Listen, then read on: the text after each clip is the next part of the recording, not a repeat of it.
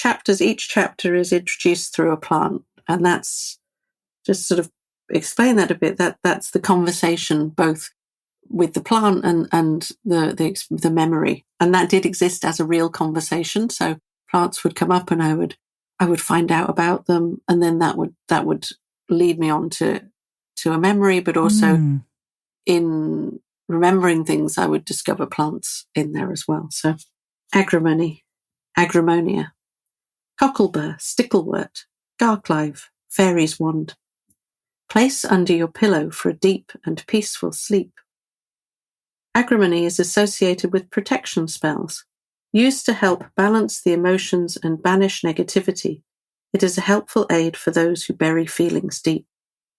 Mildly astringent and rich in vitamins B3 and K, iron and niacin, it is commonly used to treat colic, urinary infections, diarrhea, skin complaints, and ulcers.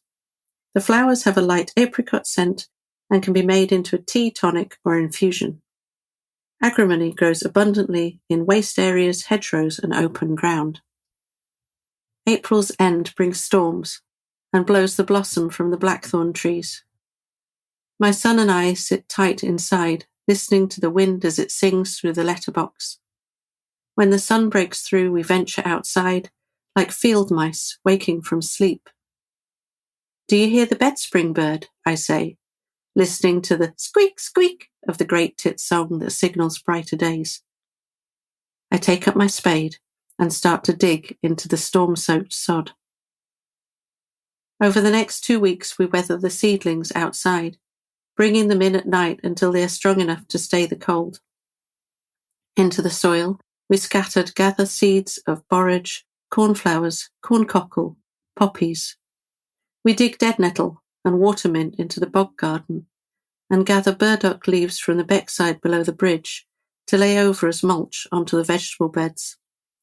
As they rot, the leaves will improve the soil for future growing.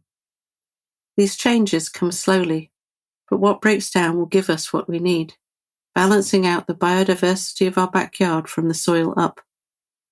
Together, we fill each space, each patch of barren earth, and then we wait.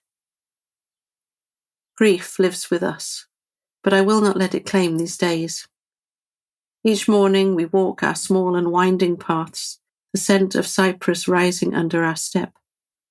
My son hugs his trees and currant bushes, encouraging each living thing to thrive. Under the lengthening light, our garden grows. We welcome rain and sun as gifts and give witness.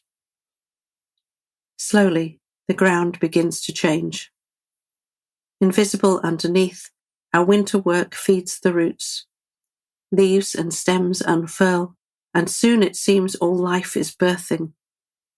Bees find us, butterflies and birds, calling curious about this ripening ground, as life arrives, reckless and determined, to grow wild over what was once stone.